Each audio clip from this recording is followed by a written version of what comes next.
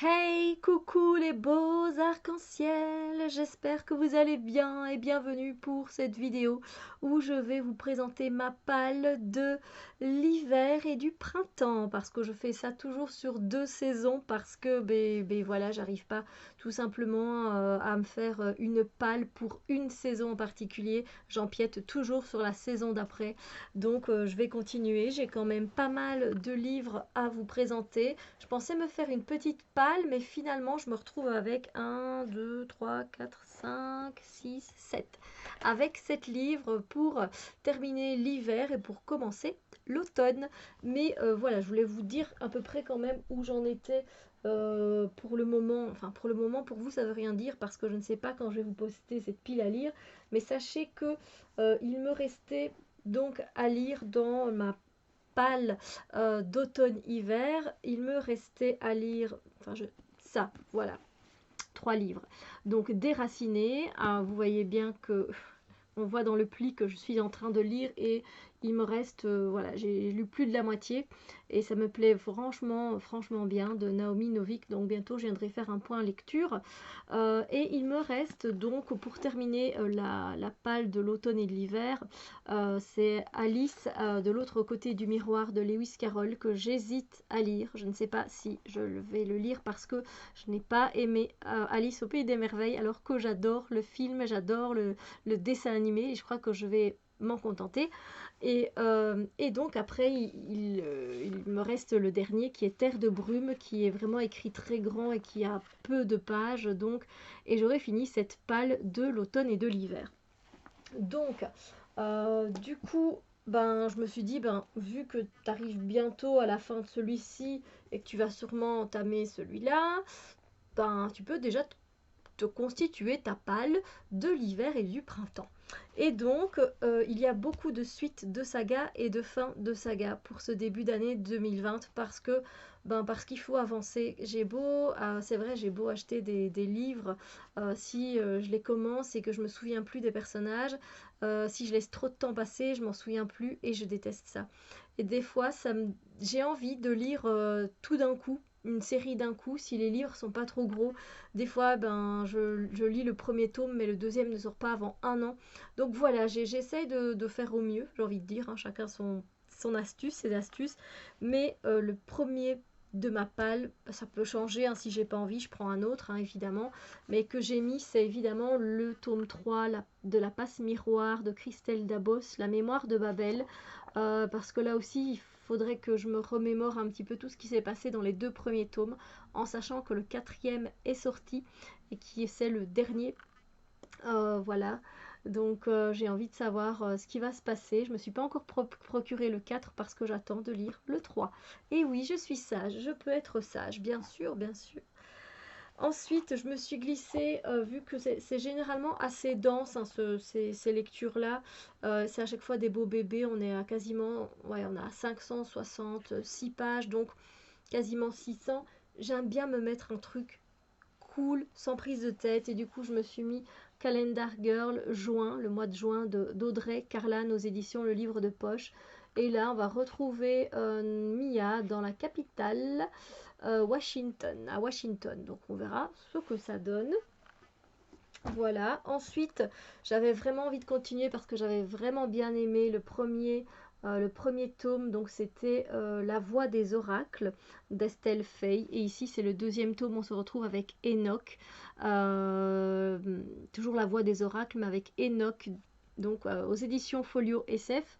Et je pense c'est une trilogie. Oui, c'est une trilogie. Donc, j'ai hâte de voir ce que ça va donner. En tout cas, le premier tome m'avait vraiment bien plu. On se retrouvait un petit peu à l'époque romaine avec une jeune fille qui est une oracle et donc qui sait lire un peu et voir ce qui va se passer avec des os de pigeon dont son cœur juste frais qui vient de mourir, etc. Voilà, donc on rencontre des personnages, 2-3 personnages dans le premier tome et ici c'est un personnage, Enoch en tout cas c'est un personnage principal, hein. Donc on va voir un peu la continuité de leurs aventures. Et ça me tente vachement. Et je n'ai pas acheté le dernier tome. Je me l'achèterai quand je serai en train de le lire. Ou voilà. voilà, j'essaie de, voilà, de pas trop mettre, comme on dit, de pas mettre la charrue avant les bœufs.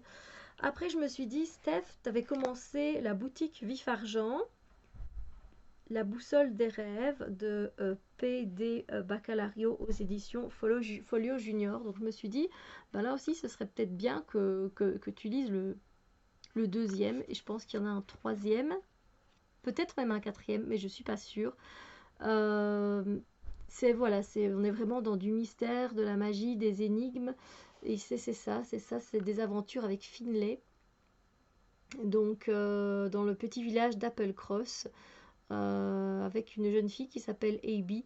Mais voilà, faudrait que je me remette dedans parce que j'ai l'impression que ça fait un bout de temps que j'ai pas lu. C'est pas un très gros, non du tout. On est dans du 238 pages, donc voilà, ça c'est sympa. Mais j'avais envie de me mettre un jeunesse aussi et puis d'avancer aussi dans cette petite saga.